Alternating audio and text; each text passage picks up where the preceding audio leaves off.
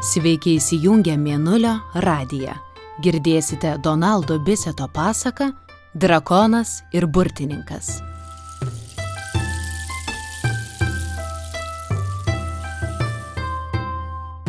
Buvo kartą kalnas, kurio viduje degė karšta ugnis. Tame kalne gyveno burtininkas vardu Fudžisanas. Jam patiko ten gyventi. Kaip čia jauku ir šilta, sakydavo jis, kaisdamas virdulį ir virdamasis arbatos. Kai virdulys užvirdavo, žmonės per daugelį mylių aplinkui matydavo garus, besiveržiančius pro skylę kalno viršūnėje, ir sakydavo: žiūrėkit, Fudžisanas verda arbatą.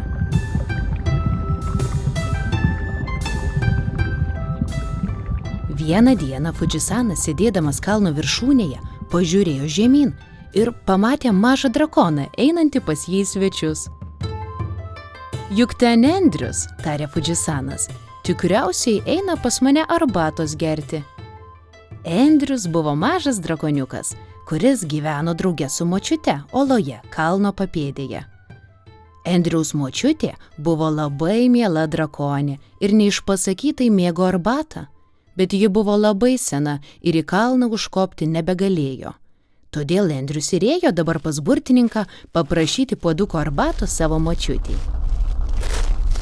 Bet kuo aukščiau Endrius lipo, tuo karštesnio po kojom darėsi žemė. Galų gale lipti pasidarė taip karšta, kad Endrius nebeištvėrė, turėjo nusileisti į pakalnę. Ten prisilaužė šakų ir pasidarė kojokus, 4 kojokus, po vieną kiekvienai kojai. Prisirišo juos ir vėl ėmė kopti į kalną. Dabar įkaitusi žemė nebedegino kojų, todėl netrukus Endrius laimingas pasiekė kalno viršūnę. Burtininkas labai nudžiugo ir pavaišino svečią arbata su pyragu. Suvalgęs pyragą, Endrius papasakojo Fudžisanui apie močiutę ir kaip ji norėtų išgerti puoduką arbatos.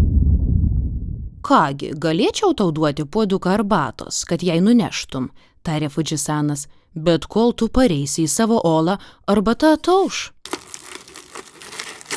Todėl jis davė Endriui virdulį, arbatžolių, dailų žalią arbatinuką ir keletą puodukų. Štai, tarė jis, dabar pats galėsi išsivirti arbatos, kai tik užsigeisi. Labai ačiū, padėkojo Endrius. Močiutė be galo nudžiugs. Jau eis Endrius, tačiau staiga dingti galvą, kad namie nėra ugnies vandeniui užvirti. Tai pasiimk ugnies iš mano kalno, pasakė burtininkas. Kaip aš ją parsinešiu, atsakė Endrius. Mano kojos jau ir tai pilnos puodukų ir arbatinukų.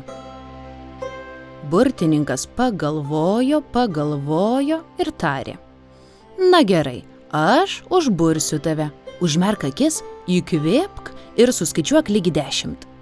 Endrius padarė kaip lieptas. O dabar iškvėpk, įsakė burtininkas. Endrius smarkiai iškvėpė ir jam iš nasrų išsiveržė liepsna.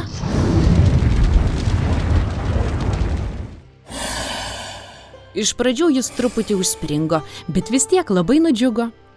Dabar aš tikras drakonas, pasakė jis. Tikras ugnimi alsuojantis drakonas, ačiū tau, Fudžisanai. Atsisveikinęs, Endrius grįžo į savo olą ir pripylė virdulį vandens. Paskui pūstelėjo ugnim ir virdulys beregint užvirė. Endrius užplikino arbatos ir padavė puoduką močiutei.